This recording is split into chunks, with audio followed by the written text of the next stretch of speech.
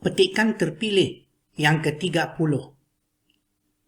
Penguasaan bahasa Inggeris amat penting kerana penguasaan bahasa tersebut dapat membuka luaskan jendela pengetahuan kita.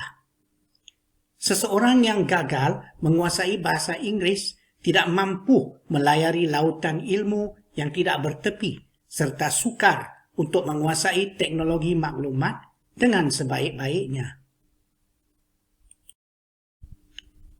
Kita lihat beberapa istilah dan rangkai kata yang mungkin berguna untuk kita pelajari bersama. Penguasaan bahasa Inggeris amat penting. Kita semua pun tahu bahawa bahasa Inggeris ini bahasa antarabangsa dan banyak ilmu yang terkini serta bahan-bahan ilmiah tercatat dalam bahasa tersebut. Dan orang yang menguasai bahasa Inggeris sudah tentulah dapat membaca dengan meluas tentang perkara-perkara serta perkembangan yang terkini. Jadi penguasaan bahasa Inggeris amat penting kerana penguasaan bahasa tersebut dapat membuka luaskan. Baik, perkataan ini menarik. Kita kaji nanti.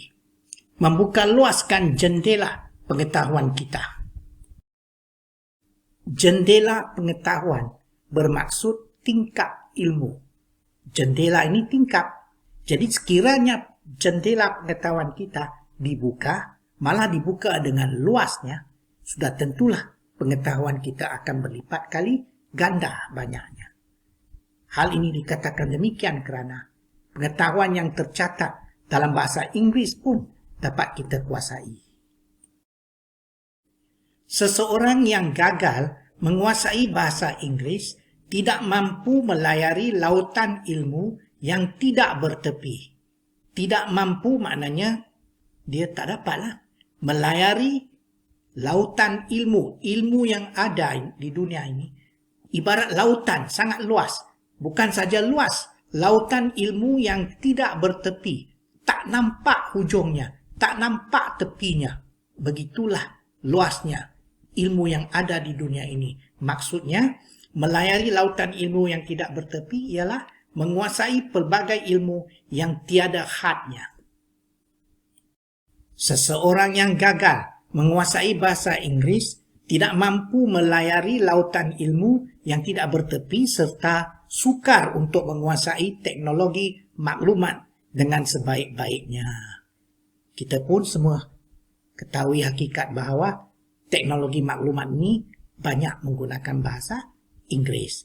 Jadi sesiapa yang menguasai bahasa Inggeris dapat menguasai teknologi ini dengan sebaik-baiknya. Maksudnya dengan sebaik mungkin.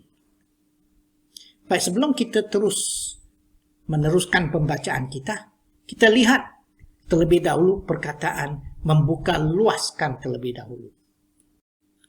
Membuka luaskan ini sebenarnya berasal daripada kata masmuk, iaitu buka luas.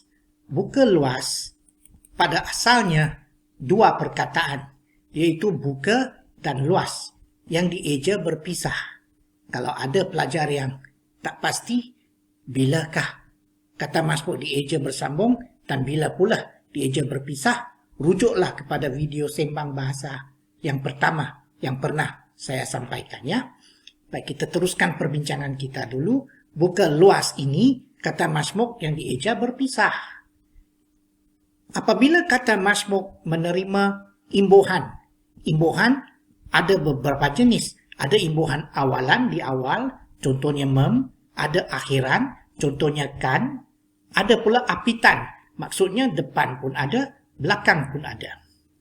Apabila kata masmuk yang pada asalnya dieja berpisah menerima imbuhan awalan, contohnya mem, jadi menjadi membuka luas. Nampak tak perkataan ini ataupun kata masmuk ini masih dieja dua, berpisah. Buka luaskan, nampak? Ada satu saja akhiran. Masih dieja berpisah. Tetapi apabila kata masmuk menerima imbuhan apitan, maknanya depan pun ada, awalan ada, akhiran, akhir pun ada, maka satukanlah perkataan itu. Gabungkanlah menjadi satu perkataan.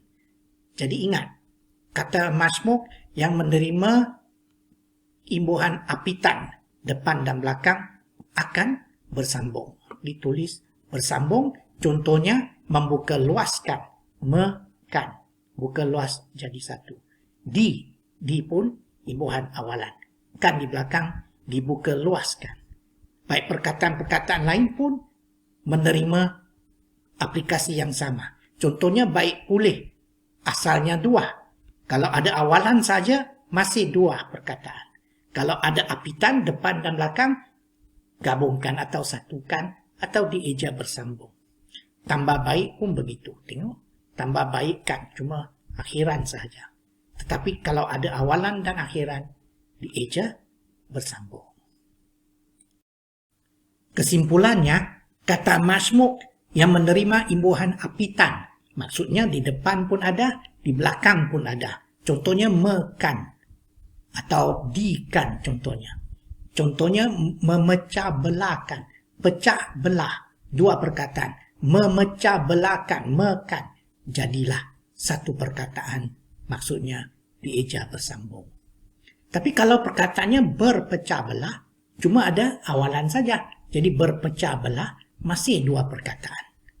Begitulah rumusnya. Ingat, jangan silap lagi ya. Kita tatapi petikan ini sekali lagi. Penguasaan bahasa Inggris amat penting kerana penguasaan bahasa tersebut dapat membuka luaskan jendela pengetahuan kita. Seseorang yang gagal menguasai bahasa Inggris tidak mampu melayari lautan ilmu yang tidak bertepi serta sukar untuk menguasai teknologi maklumat dengan sebaik-baiknya. Sekian, selamat maju jaya.